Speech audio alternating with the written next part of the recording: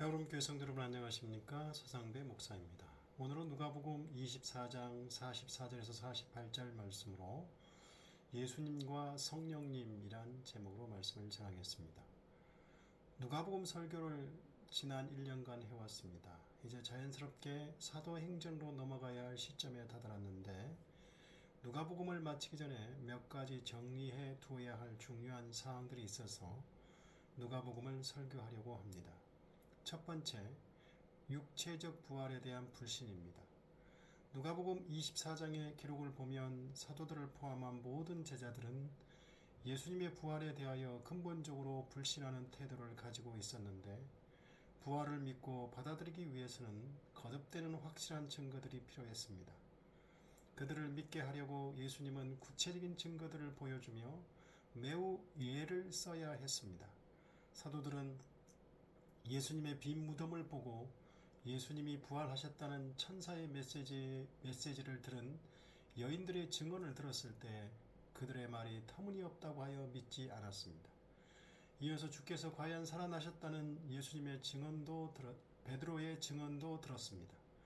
그리고 엠마오 도상에서 부활하신 예수님을 만나고 되돌아온 두 제자의 증언도 들었습니다. 그럼에도 불구하고 그들은 자신들 앞에 직접 나타난 예수님을 유령으로 여겨 무서워하면서 의심했습니다. 더구나 상처 자국이 남아있는 예수님의 손과 발을 보고 나서도 그들은 너무 기뻐했지만 아직 생각이 믿음으로 넘어가지 못했습니다. 결국 이런 그들을 설득하기 위해서 예수님은 굳이 구운 생선 한 토막을 직접 먹어 보이셨습니다. 그런데 이 과정에서 그들이 믿을 수 있었던 결정적인 것은 예수님이 그들의 영적인 눈과 마음을 열어주셨기 때문이었습니다. 부활은 십자가와 함께 기독교 복음과 신앙의 핵심입니다. 그런데 이렇게 중요한 부활을 사도들과 모든 제자들도 믿기 어려웠습니다. 그들은 누차 예수님으로부터 십자가 죽음과 부활을 예고되고 가르침 받았지만 믿지를 않았습니다. 오늘날 이성적이고 합리적인 시대를 살아가는 현대인들도 이것을 믿기 어려운 사실임에 틀림이 없습니다. 그러나 사도들과 제자들의 눈과 마음을 주께서 열어주셨을 때 그들이 믿을 수 있었듯이 지금도 성령은 우리들이 예수 복음과 부활의 메시지를 들었을 때 우리의 마음에 역사하셔서 믿을 수 있게 하고 계신 것입니다. 고린도전서에서 바울은 하나님께서 성령을 우리에게 주셔서 십자가 복음과 부활을 알게 하셨다고 합니다. 그리스도인이 아닌 사람은 성령께서 가르쳐주는 하나님의 일을 이해할 수도 받아들일 수도 없다고 말합니다. 그에게는 그 말이 어리석게만 들릴 뿐 이해되지 않는다고 합니다. 마음으로 성령을 영접한 사람만이 성령께서 말씀하는 의미를 이해할 수 있기 때문입니다. 성령을 영접한 사람은 이 모든 것을 꿰뚫어 알게 된다고 합니다.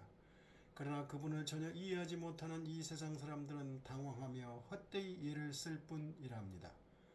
그리고 사도 바울은 예수님의 부활은 우리의 부활의 첫 열매라고 합니다.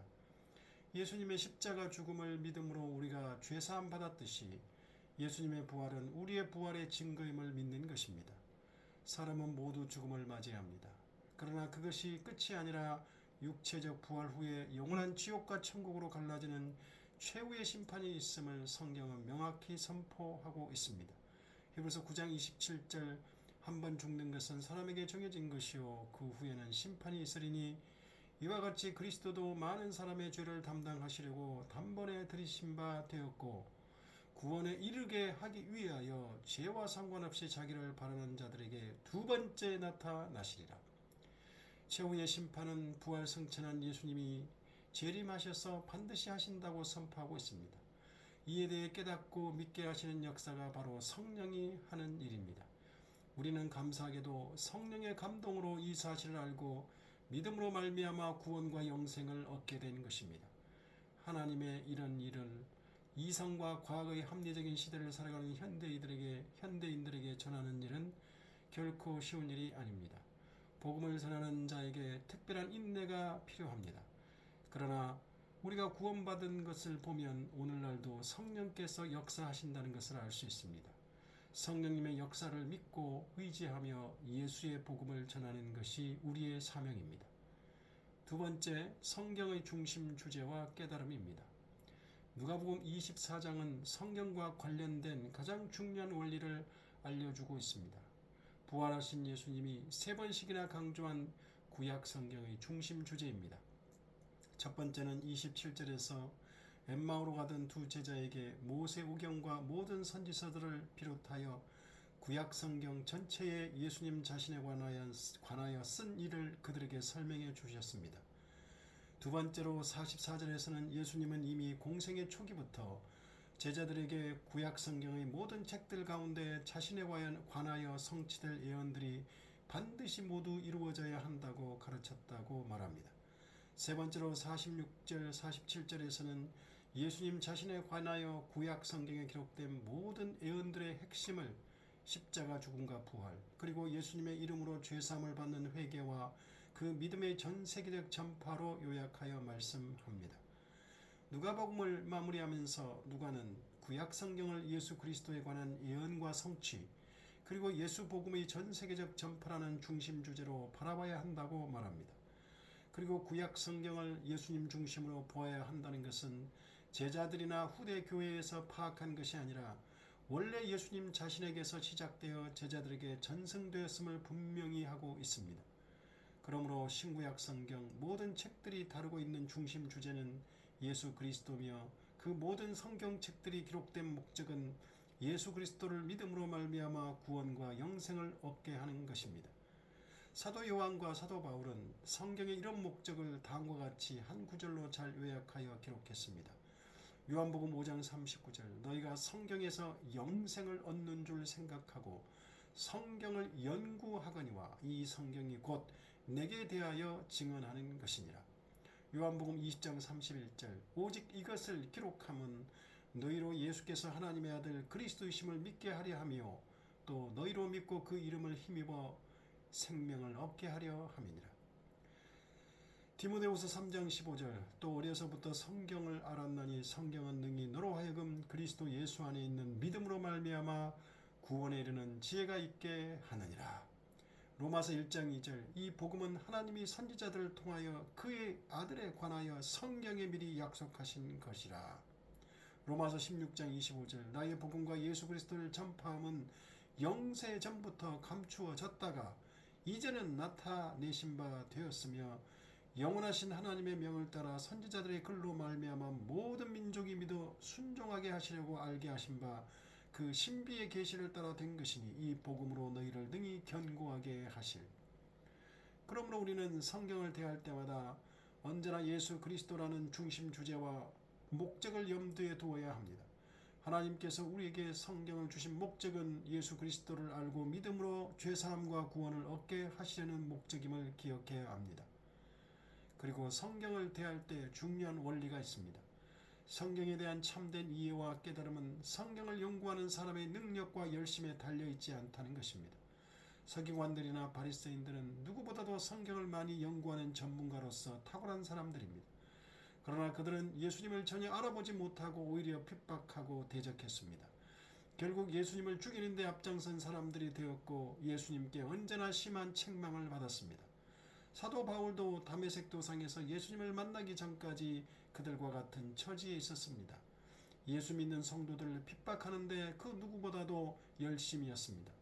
예수님을 자신의 구주로 만나지 못하는 사람에게 성경은 아무리 읽고 연구해도 닫혀 있는 책일 뿐입니다.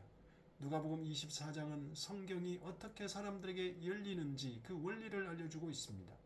31절과 32절에서 예수님이 엠마오 도상의 두 제자의 눈을 밝게 해주셨고 그들에게 성경을 풀어주시자 그들의 마음이 뜨거워졌다고 합니다. 45절에서도 예수님은 제자들에게 성경을 깨닫게 하려고 그들이 마음을 열어주셨습니다. 사도행전 16장 14절에서도 바울의 설교를 듣고 있던 루디아의 마음을 열어주셔서 그녀가 바울의 말을 따르게 하셨습니다.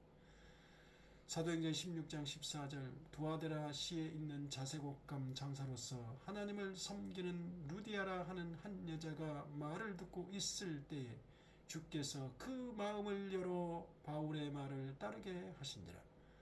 오늘날도 이 중요한 원리는 동일하게 적용되고 있습니다.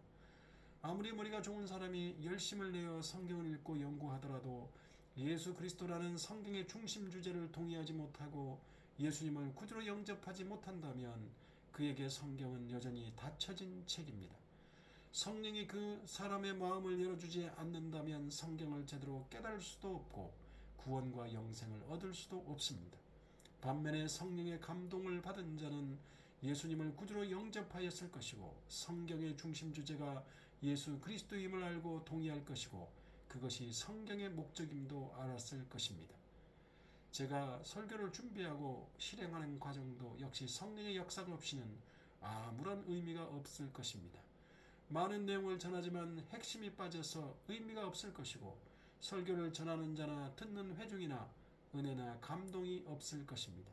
성령께서 역사하셔서 마음을 열어주실 때 능력과 생명이 있는 설교가 되는 것입니다. 이것이 설교와 연설의 차이점입니다. 기도하겠습니다. 하나님 아버지, 누가복음을 지난 1년 동안 설교하면서